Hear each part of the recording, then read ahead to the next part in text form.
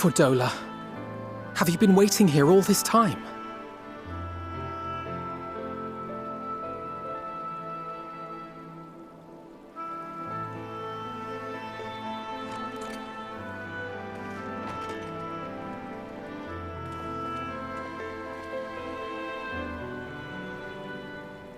We have done what we can. The rest is up to him. May we see him?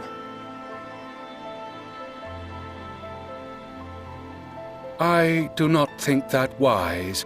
You must let him sleep.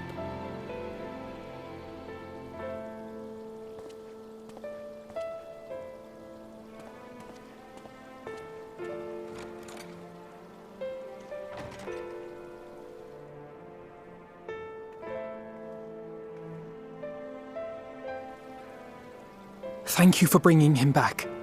He owes you his life.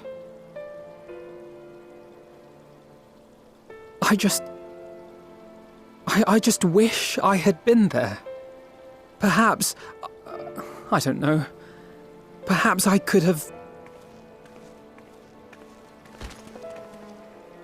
Could have what? Got tempered? Don't flatter yourself. You can't save everyone. No one can. Not even the warrior of bloody light. People die all the time, for no good reason. And those who take up the sword die quicker than most. If you're going to shed a tear every time a soldier falls on the battlefield, you'd best stay away. It's no place for the weak of heart. It may be that victory cannot be won without cost. But all life is precious, and I refuse to shrug at its loss.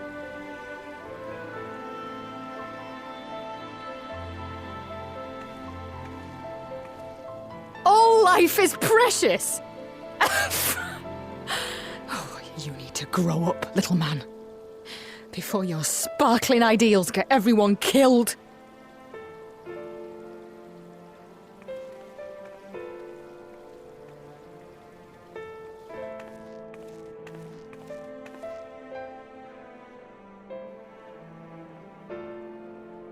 You're right.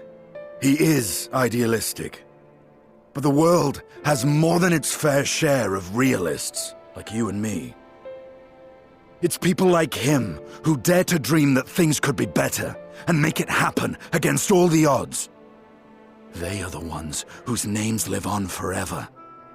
The heroes. The battlefield's littered with would-be heroes. At this rate, you'll lot'll be next.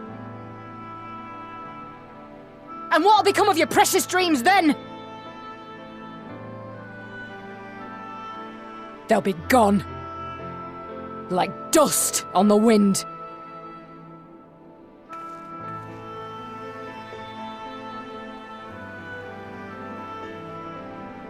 Dreams worth fighting for don't die so easily.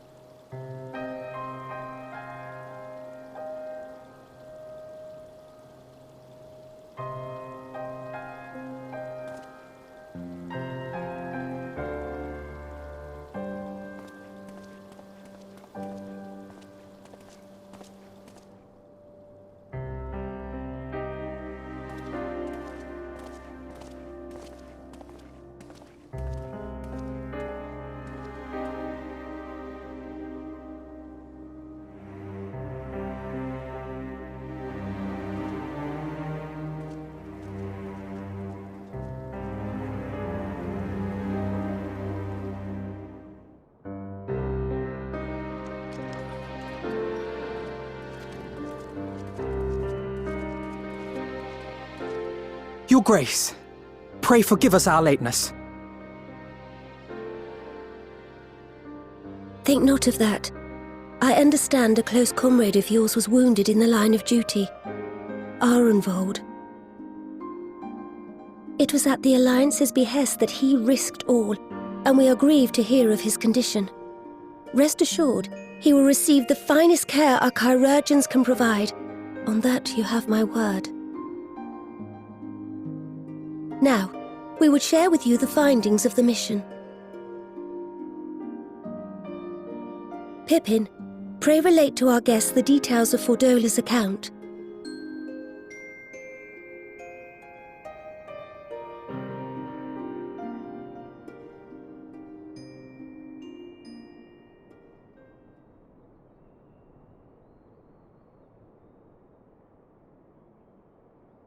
First Bahamut, now Ifrit. Or Lunar Ifrit, as Fan Daniel would doubtless have it. 'Tis now all but certain that the towers were conceived to facilitate the summoning of primals by those imprisoned within.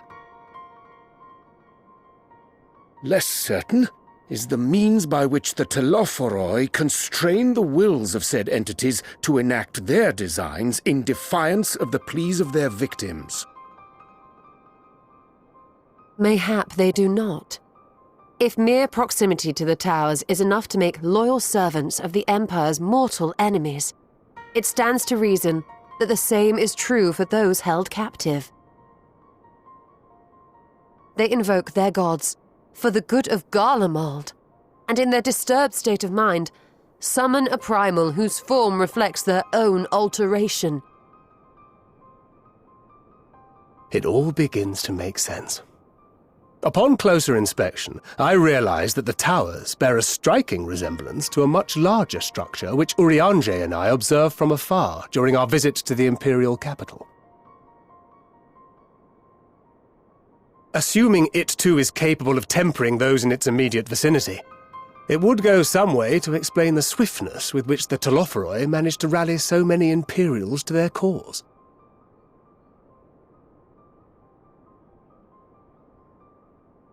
While the situation in Garlemald is indeed troubling, I fear we have more immediate concerns.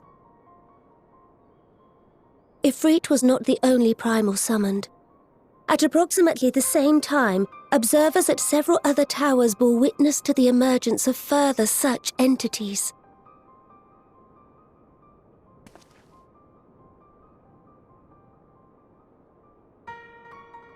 For a blessing, none appear to wield aught approaching the destructive power of Bahamut, and the Grand Companies are moving to deal with the threat even as we speak.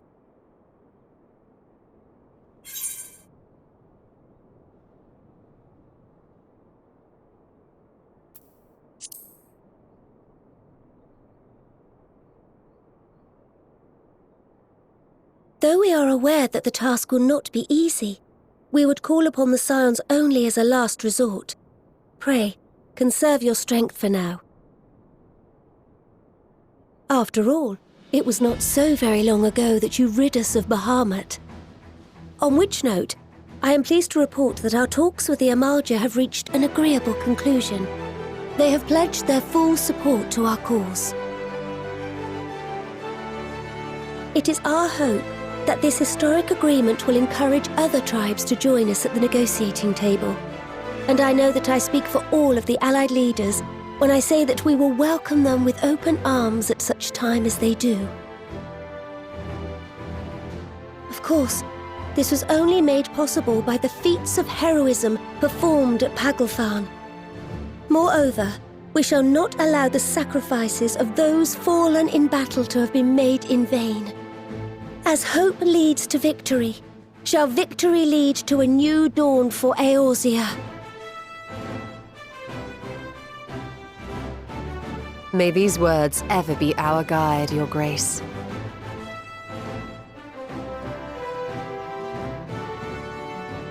Now, if you will forgive me, I must consult with the Syndicate on the matter of our new allies' integration.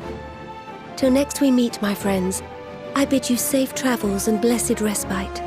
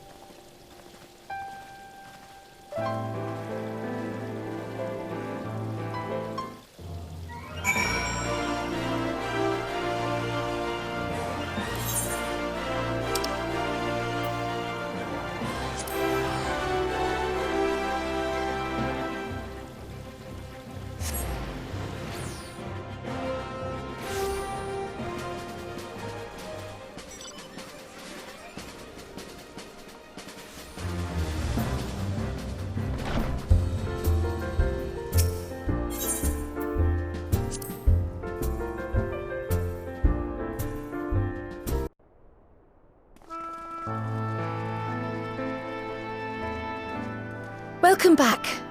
I expect you must all be exhausted. Ere you take your rest, however, I would beg a moment of your time. Thanks to Arenvold's selfless efforts, we may now be confident that we understand the function of the towers. But many questions remain regarding the reason for the summonings and what lurks behind the looming edifice in Garlemald. Until such questions are answered, we will struggle to devise an effective strategy for thwarting the Telophoroi's stated aim. Nothing less than the destruction of this star. And so, given the gravity of the situation, I move that we petition the aid of Sharlayan.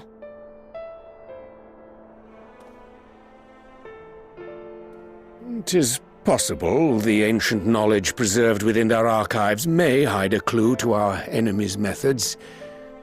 But given Sharlayan's established policy of non-intervention, our former colleagues are not like to aid us in its discovery. Oh, I well remember what they're like. The Forum's barefaced refusal to assist you in the days prior to the calamity must rank as Sharlayan's most shameful act since the Exodus. But were the final days to be reenacted, it would spell doom for us all. Surely even they cannot turn a blind eye to that. I trust we are all of the same mind on this matter. Urgent as it seemed, I took the liberty of petitioning the Alliance for leave to act as Eorzea's emissary, and have since received their blessing. I presume your role as a student of Baldessian will carry some weight with the Forum? One can but hope.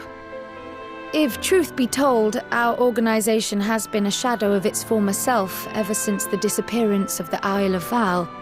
But the name does still retain some degree of prestige. I only pray it will be enough. If there are no objections, I shall depart for Sharlayan at once. But before I do, I should also mention the other matter to which I would devote some time during my stay. After hearing what transpired in the first, I began to question the true nature of Hydaelyn's blessing, a topic I have discussed at some length with Y'shtola. We were wondering, when was the last time Hydaelyn spoke to you directly?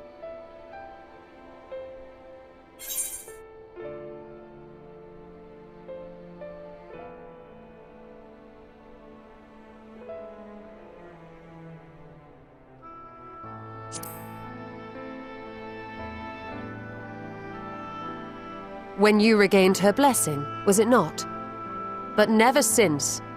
Not in all your time in the first, when you faced the Unsundered, the very heart of Zodiark. History shows us that Hydaelyn is able to awaken the echo in her chosen, convey her will directly, and grant the blessing of light. To our knowledge, however, she has not sought to intervene in man's affairs for some considerable time. Might not the explanation for that lie with her choice of champion? Mayhap she is content to trust in his judgment. Mayhap she is. But following my initial discussion with Kryl, I made inquiries of my own, and as far as I am able to tell, Hydaelyn has not made her will known to anyone. During my time in the First, the Oracle of Light spoke to me through Reen. But that was not the will of Hydaelyn. It was Minfilia herself. Indeed. And while she and Hydaelyn were inextricably linked, Minfilia yet acted of her own volition. A messenger, yes, but one who spoke with her own voice. I wonder, could Hydaelyn's silence suggest the presence of some disruptive force, perhaps? Some obstacle to communication? While I share Urianger's high opinion of your conduct, I see no reason why she would deny you her guidance altogether. Then again, who am I to say? The fact is, we simply don't know. But if the explanation is to be found anywhere, I can think of worse places to look than the archives of Sharlayan, and their research on the Ethereal Sea in particular.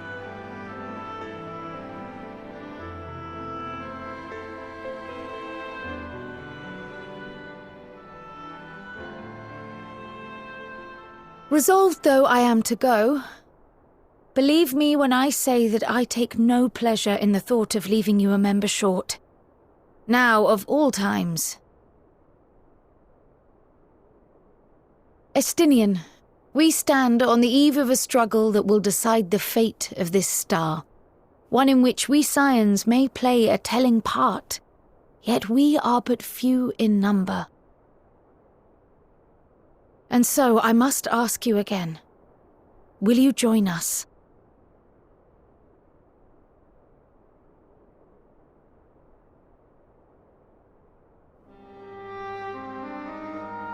You see the world the way you want it to be. I see the world the way it is. You are idealistic to a fault. But I know you would never turn your back on those in need. Never close your eyes to their suffering. And somehow, your deeds lend truth to your words, giving the lie to my doubts in so doing. I have seen others draw strength from your belief. In Ishgard, in Alamigo, you inspired them to stand up and fight. To win, no less. And even when you lost those you held dear, you carried their spirit with you and made their memory your guiding light. The burden of so many hopes and dreams would be too heavy for most to bear.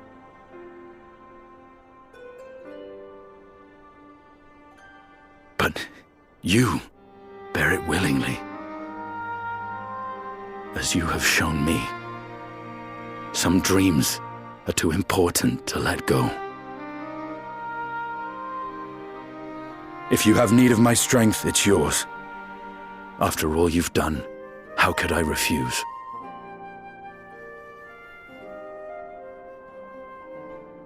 Thank you, Estinian. Whatever challenges await us, I shall not falter. You have my word.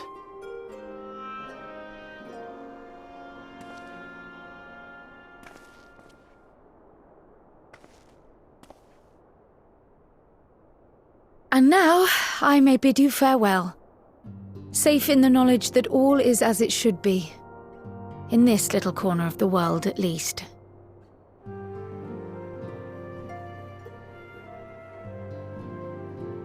You will be sorely missed. Tread warily in Sharlayan, and do try not to let the Forum embroil you in their politics.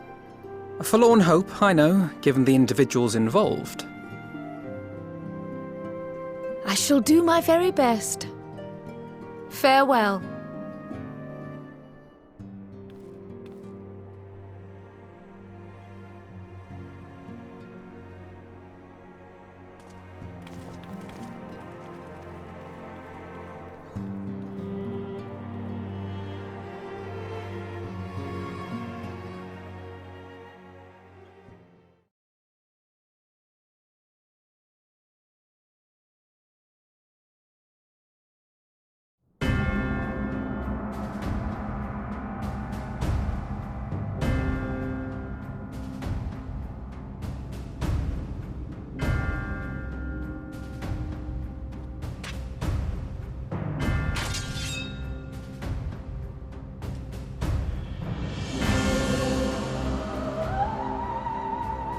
Well, does this one meet with your approval?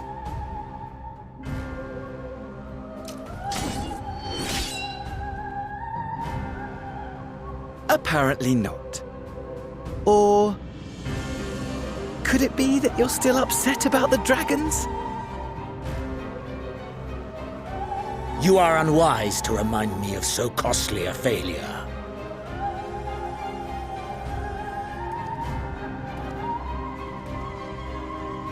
It will not affect our plans, I trust. Oh, hardly at all. Though, admittedly, the chances of us being able to procure any more Mericidian dragons are rather slimmer following Tiamat's reappearance.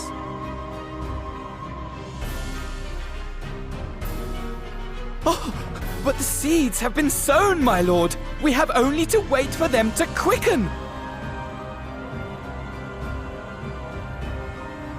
Speaking of preparations, is it safe to assume that you will be ready to control you-know-what? The hour draws nigh.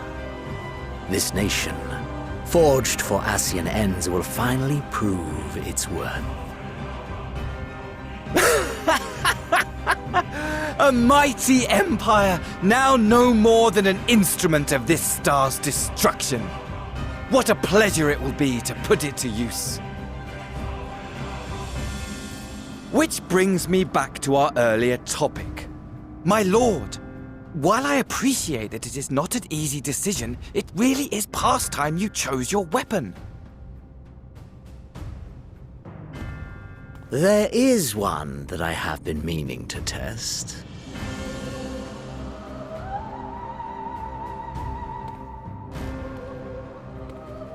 Well, well, not quite what I was expecting. Though I will say, it does seem rather apt.